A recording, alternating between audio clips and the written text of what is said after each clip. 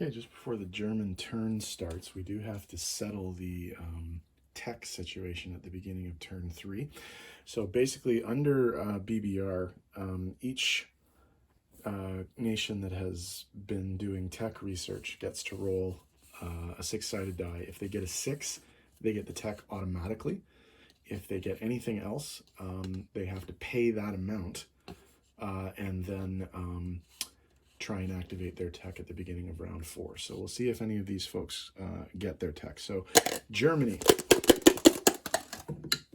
gets a 6 and activates its tech. That's actually going to be useful this turn. Russia gets a 3, so they only have to pay 3 this turn, and they can activate next turn. Japan has a 1. That is the best possible result if you don't actually get your tech, because it's cheap for this round. United States, 3. And UK, 4. Okay, so Germany's tech is now active and may play a part in the upcoming turn. Everybody else has to wait until the beginning of the next turn to try and activate their tech.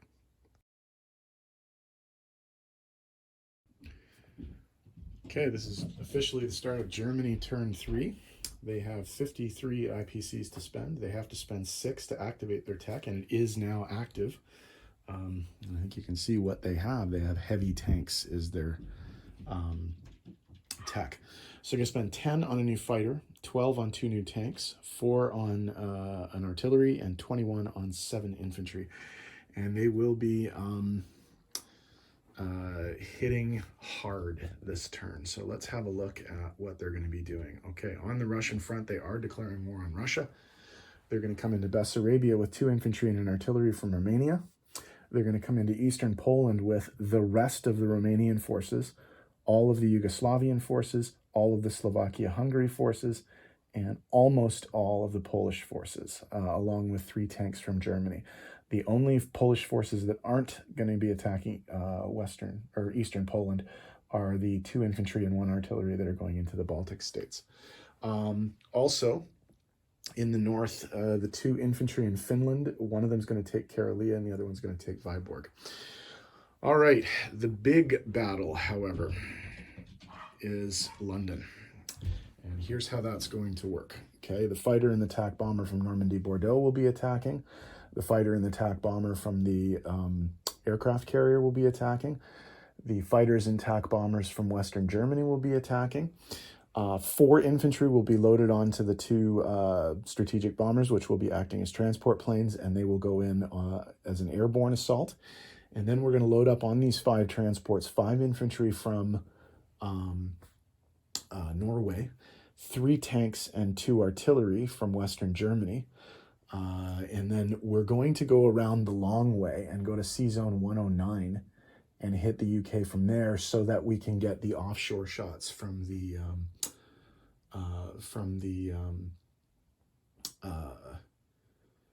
battleship and cruiser there. And I don't think the English would scramble. I think that would be very, very silly to do, because they would just lose their planes and not have them then for defense. So we'll see what happens with that attack. That will be the last attack we roll, because obviously it's going to be the most important one. Okay, here we have the attack on the Baltic states. The Germans are bringing in an unsupported infantry and an infantry supported by an artillery. So a 1 and 2 2. 2 hits, they only need 1. Russia defends. Miss. So Germany takes the territory with no casualties.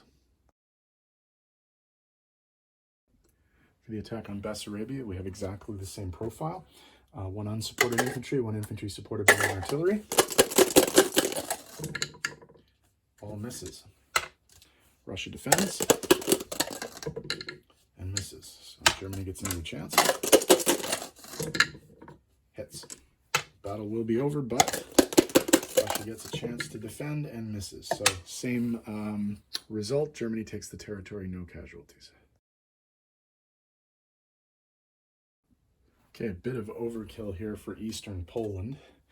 We have 17 infantry and 1 unsupported mechanized infantry, 2 artillery supporting 2 mechanized infantry, and 11 heavy tanks versus 1 lone infantryman. So this is going to be a bit of a laugher.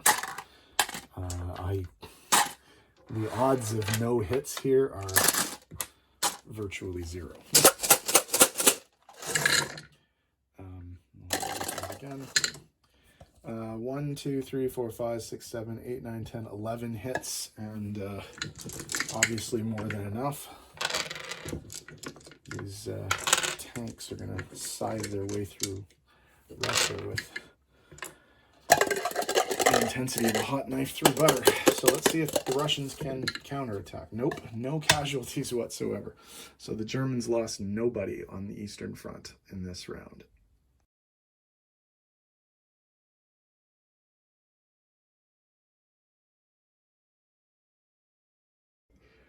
Okay, this is a crazy big battle and a crazy important battle for the game. This is the attack on London. So the Germans are coming in with the following.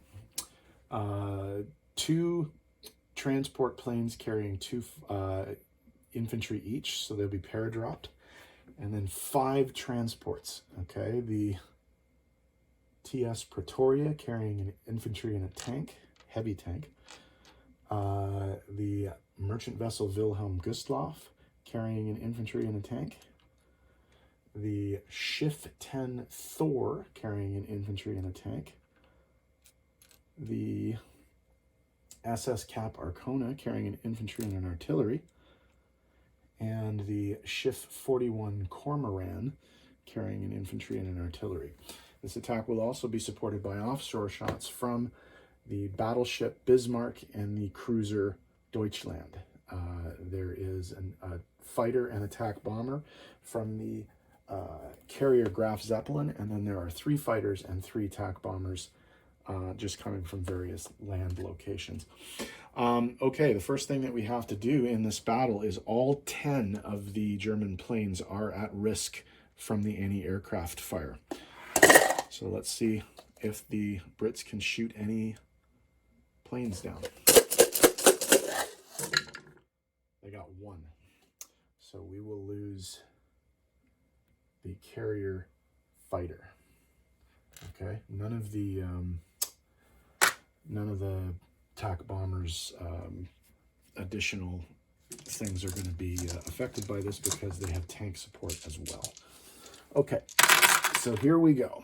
So 4 1s for the paratroops, 3 1s for the unsupported infantry, 3 4s for the heavy tanks, 4 2s for the infantry artillery combos, 3 3s for the fighters, a 3 for the offshore cruiser, a 4 for the offshore battleship, 3 4s for the 4 4s for the attack bombers. So here we go. 1, 2, 3, 4, 5, 6, 7, 8. 8 hits. So that's going to take care of the 4 anti-aircraft, the 2 French infantry, and the 2 Canadian infantry. So that's how that's going to work. Okay, we're going to put back one of those and one of those because the offshore shots will not fire again. So we'll put those aside. Everything else will, unless obviously things get killed, and they will. Okay, so the Brits are defending with a bomber at 1, 2 Canadian infantry, 2 French infantry, a mechanized infantry, 12 British infantry, and then 3 fighters, 2 British and 1 French fighter. 1, 2, 3, 4, 5, 6, 7. So that will be 4 paratrooper infantry,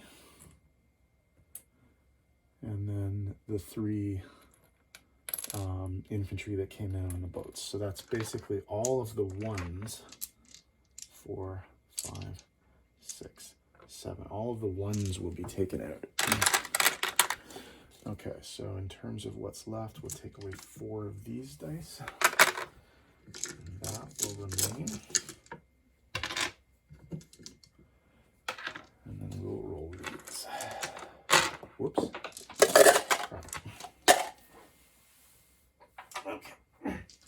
Here we go. 1, 2, 3, 4, 5, 6, 7, 8, 9.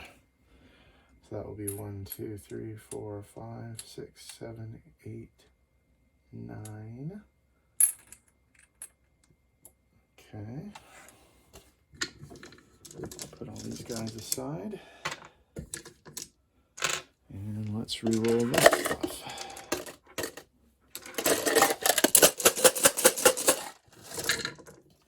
One, two, three, four, 5.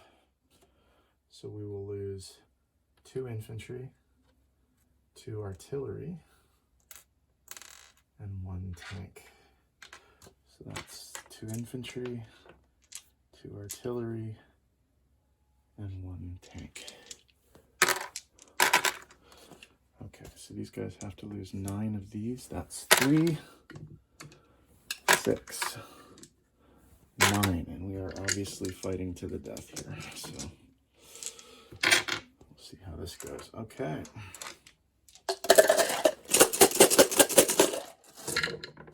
One, 2, 3 hits. So that's going to finish off the infantry.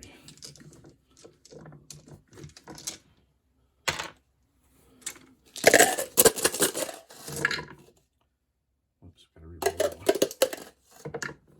1, 2, 3 hits. So that's going to be a tank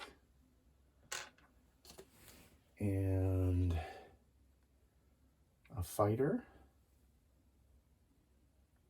and attack bomber. So that's a tank, a fighter, and attack bomber. Okay, and these guys lost 3 of these. So that's this left. It's going to be closer than I thought. Okay. 1, 2, 3, 4. 1, 2, 3, 4. So that's going to be only 1 fighter left.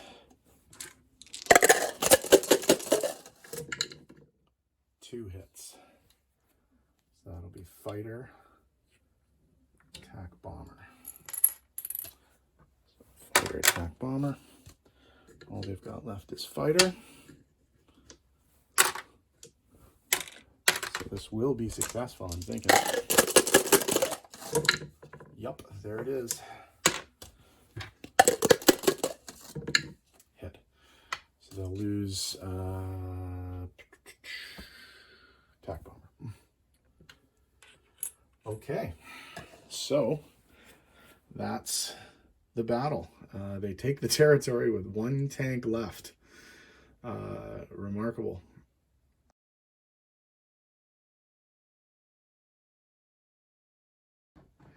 Okay, in terms of German non-combat, this submarine is going to go 2 spaces and join the rest of the fleet here. The submarine in Sea Zone 106 is going to come 2 spaces to Sea Zone 108. The fighter and the attack bomber are going to land on the carrier, and the 2 transport planes are going to land back in Western Germany. The 2 infantry in Germany are going to go to Poland. The anti-aircraft in Poland is going to go to Eastern Poland, and the anti-aircraft from Romania is going to go to Eastern Poland as well. Okay, placement of new units.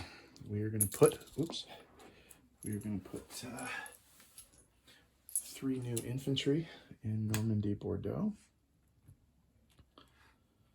We are going to put 4 new infantry in Western Germany, along with our new fighter. We are going to put 2 tanks and 1 artillery in Germany proper. Okay, in terms of income changes on the map, here's what we have. We have +6 for the UK. We have +1 for Karelia, +0 for Viborg, but it is now our possession. +1 for the Baltic states, +1 for Eastern Poland, and +1 for Bessarabia. So that's 1, 2, 3, 4. That's going to be +10 in total. So if we go to the chart, we're going to go from 41 to 51. The Brits are going to go down from 36 to 30.